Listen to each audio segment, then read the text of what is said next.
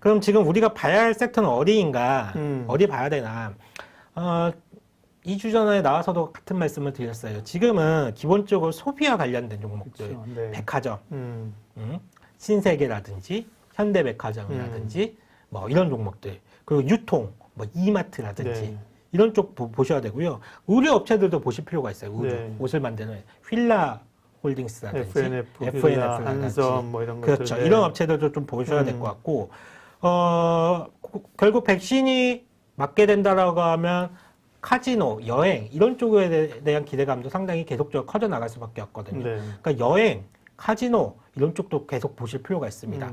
금리가 올라가기 때문에 은행주들 당연히 봐야 되겠죠. 왜냐면 금리가 올라가면 제일 수혜를 많이 받는 애들이 은행주니까. 그렇죠. 금리 인상을 이제 받아들여야 된다니까. 아니라고 부정할 수 없고, 그죠? 네. 네. 그렇기 때문에 은행주들도 볼 네. 필요가 있는데 저는 개인적으로 은행주들 추천해도 있지는 않아요.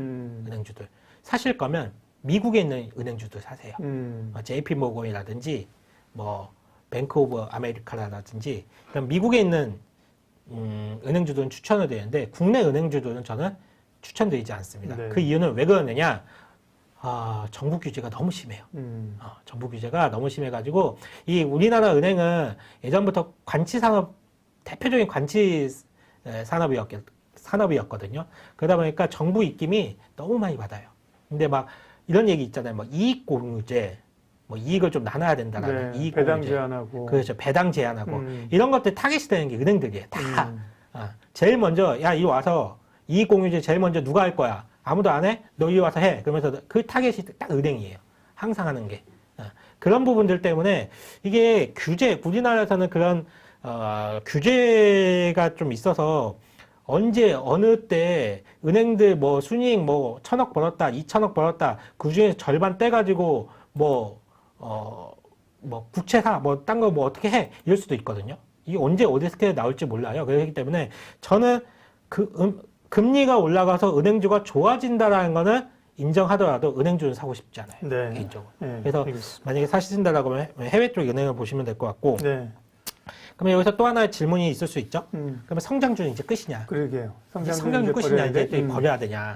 성장주 다 버리고 그러면 백화점 다 사야 되고, 의류업체들 다 사야 되느냐? 포트폴리오는 다 백화점이야 지금.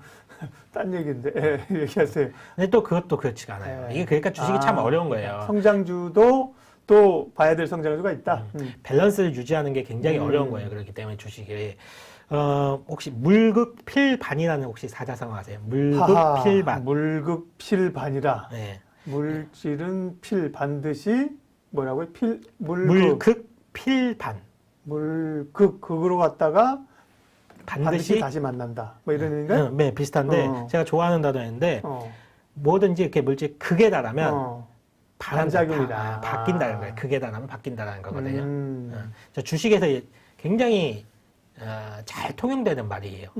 아무리 안 좋다 하더라도 극에 달하면 반등이 나오잖아요. 뭐든 극에 달하면 반대로 간다. 뭐든지 네.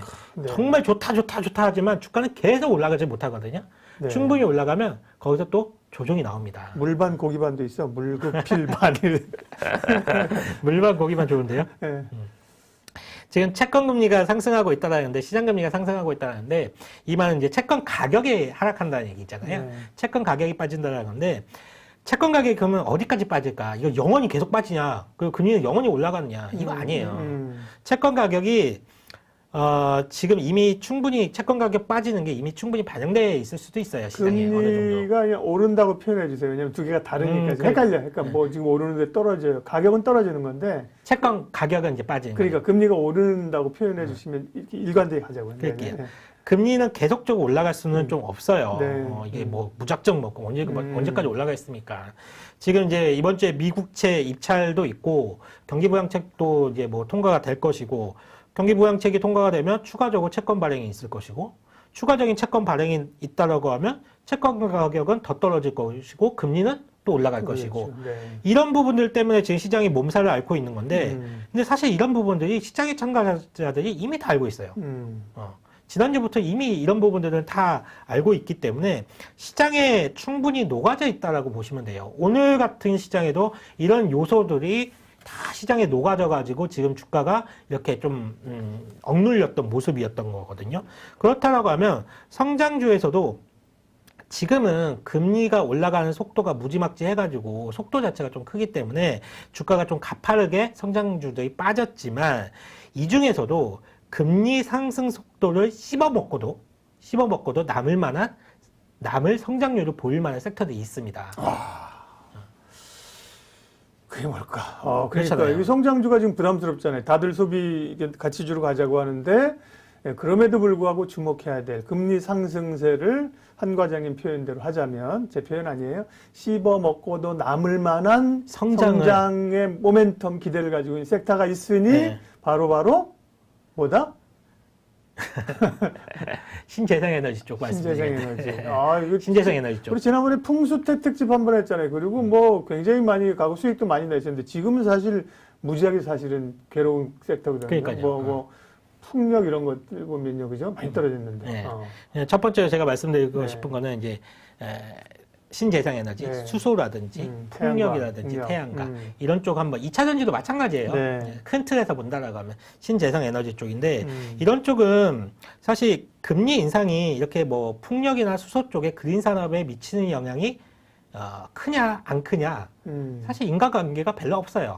인간관계 별로 없고 과거 사례를 본다라고 하면 리만 사태라든지 유럽의 재정 위기가 있은 이후에 금리가 빠졌다가 이제 올라오는 구간에서 그러면 그 당시에 풍력과 태양광 등 그린 산업의 설치 수요가 줄어들었느냐? 아니에요. 꾸준히 설치 수요는 증가를 했었습니다. 금리가 올라가는 구간에서도.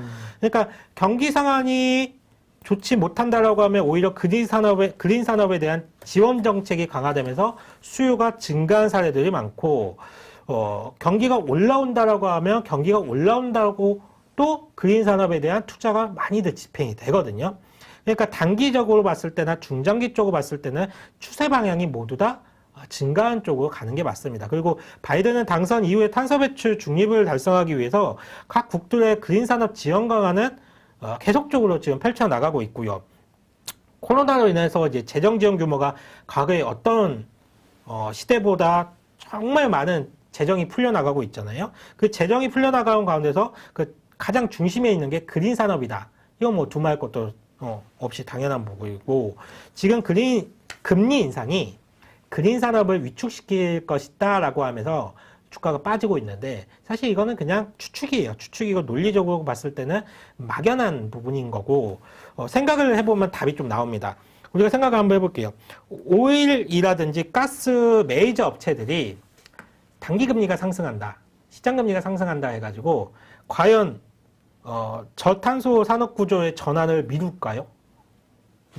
지금 막 탄소 중립이라든지 탄소 배출 줄이려고 지금 여러 정책을 펼치고 있는데 이 금리가 올라간다 해서 이 사람들이 안 할까요? 아니에요. 계속 할 거예요. 그리고 전기차, 수소차 같은 경우는 어떨까요? 전기차, 수소차 같은 경우에는 단기금리가 올라간다, 그러니까 그 시장금리가 올라간다 해가지고 전기차, 수소차가 안 팔릴까요? 아니에요. 팔려요. 계속 팔릴 거예요. 그렇다라고 하면 우리가 다시 한번 생각을 해봐야 될 부분은 이 그린 산업이라는 거, 풍력, 2차 전지, 태양광 이런 쪽은 시장의 금리가 상승하는 것 이상의 성장률이 나올 수 있는 섹터, 시장의 금리를 씹어먹고도 남을 만한 섹터라고 보시면 될 것 같습니다. 전 이렇게 봅니다. 지금 당장은 성장주 쪽에 안전띠를 메고 있는 게 맞습니다. 눈에 보이게끔 주가가 좀 안 좋으니까 안전띠를 메고 있는 게 맞는데 그런데 최근에 매도세는 말이죠. 어떻게 본다라고 하면 우리가 가장 유망한 성장 섹터를 한 2, 3년 정도 보유할 수 있는 금쪽 같은 기회를 주고 있다라고 봅니다. 이쪽은 뭐 단순하게 일주일짜리 한 달짜리 투자하는 게 아니거든요. 산업의 전반적인 패러다임이 바뀌고 있는 거기 때문에 최소한 2년, 3년을 투자를 하셔야지 정말 큰 수익을 낼 텐데 이런 큰 수익을 낼 수 있는 금쪽 같은 기회를 지금 주고 있는 거라고 보고 있습니다. 그래서 저는 이제 신재생 에너지 쪽 이런 쪽도 지금은 슬슬 다시 사봐야 되지 않을까라고 좀 생각을 하고 있어요. 네.